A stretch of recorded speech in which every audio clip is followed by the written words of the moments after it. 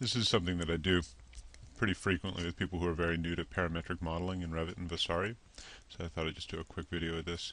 So if I go to a new family, what I'm going to do is I'm going to choose a mass. And what I'm going to do is I'm making a basic parametric cube. There's a cube that sort of works where it changes size and it alters itself based on some set of relationships that you set up. So I'm just going to grab my rectangle tool and I'm just going to drop it out here in the drawing space, nothing fancy. And I'm going to hit create form. And again, actually, just to keep this basic, I can select this form and I can pull it up. Or I can also, for people in Revit, when you hit that button, you're not going to have a closed form. This is going to be unchecked. It's just a little difference with Vasari. But either way, once you get this thing in selection, you can create a form. You can pull it up, do whatever. And you see you've got this little temporary dimension here. I can make that permanent by clicking on it. I could also go in and I could add a regular dimension to it. So I'm clicking align dimension. And I could go from, oh, let me also show you one other thing here. There's this thing called show on the workplane viewer. So you can see what your active workplane is. So this is where I'm going to be putting my dimension. So right now the active workplane is this horizontal workplane here, and I can go make a dimension from this face to this face. Or, you know how I made that temporary dimension into a permanent one here. If I use the set workplane tool, I can select that workplane and I could go from top to bottom like that. So that's basically the same dimension as this other one here that I made earlier. And I'm just going to do one more dimension. I'm going to delete the one that I made from a temporary dimension. So I've got height, width, and I need like a thickness kind of thing. So I'm going to go back to this workplane and I'm going to add an align dimension from here to here. And you notice I'm letting the whole surface pre-highlight. There's some tricky stuff in here which I'll show a little bit later. I think I'll show where you don't want to accidentally go and do a dimension from an edge. See, I'm hitting the tab key here to cycle through different things that I'm selecting. That would be an edge to an, let's see, tab into an edge here. And that's looks like the same thing, but this dimension right here is dimensioning from this surface to the other surface. And this one right here is dimensioning from this edge to this edge. And they would have very different behaviors. So if I delete this for a second and I take this and I'm going to back out of that. So I'm just going to, we're just going to stick with looking at these dimensions from surface to surface for now. So I've got my dimensions from surfaces to surfaces, top, bottom, side, side, front, and back. Now what I'm going to do is I'm going to go through and I'm going to label them, which is turning them into parameterizable dimensions. So up here you see label. Why do we call it label when it means to add a parameter to it? I don't know, but we call it label. So I can go up here and I can say add a parameter, and I'm just going to name this parameter x, and I'm not going to touch anything else. It's already said that what kind of parameter is a length, and it's going to group it in a particular way. You don't really need to care about that.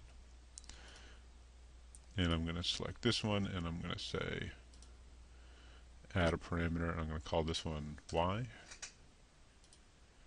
And I'm going to select this one, and I'm going to call it z, xyz. Now, it doesn't really change much about what goes on with my dimensions right now. I can still grab them. I can still move around my different pieces. But now what I can also do is I can go into, this accesses the family types and parameters, this little button right here. So if I go into that one, I can now go in and I can numerically control this form. So I can say I want this thing to be 50 feet high, I want it to be 50 feet wide and 50 feet deep, like that. And I can go apply, and shazam, everything pops down to be a cube, right? Like that. Well, I can also start getting a little fancier with this. I can go and I can go back up here and I can say I want z to be equal to y, and I want y to be equal to x, right? And predictably what's going to happen here is that I'm going to stretch one thing, and they're all going to move with it. Or I can stretch this one, and they're all going to move with it. See, so I've got, this is now linked to this, and this is linked to this, so that one changes when all of them change. And you can get a little bit fancy with this, and you can give it some kind of formula-driven relationship. And when people say formulas, they get all freaked out. It's like, oh, math is scary. But, you know, formulas can be that. You know, now my y dimension is a product of 2 times x. And I go, okay. And now you see that also goes through the height, because z is set as equal to y, and y is set as equal to 2 times x. So formulas are not necessarily a scary thing. They can be as simple as you want them to be, depending on what it is that you're trying to accomplish. So that's all well and good.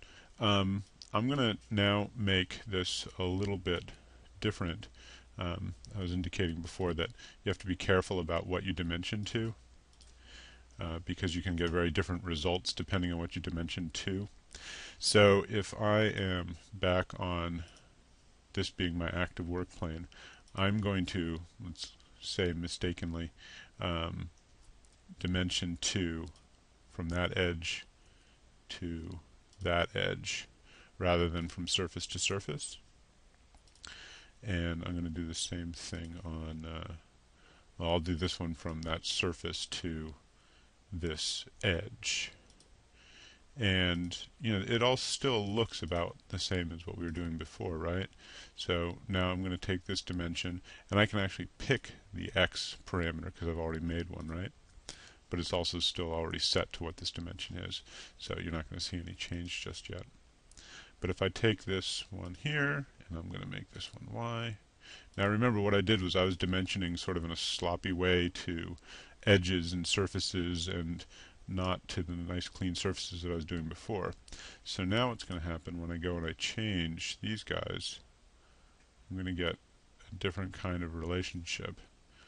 And I'm going to get errors because I've got these things that want to be nice parallel relationships. Now it's trying to yank them out of square. Let me see if I can get one that actually shows a better example of what's going on. Oh, that one's working okay. But if I, let's see, this one I grab just the edge of it. If I grab that edge, I can go like that. Well, it's not a great example, except it is showing that you do have to be careful about making sure you collect surfaces rather than edges. And you'll just have to take my word on that. But anyway, that's a super basic introduction to adding parameters to a basic thing like a cube.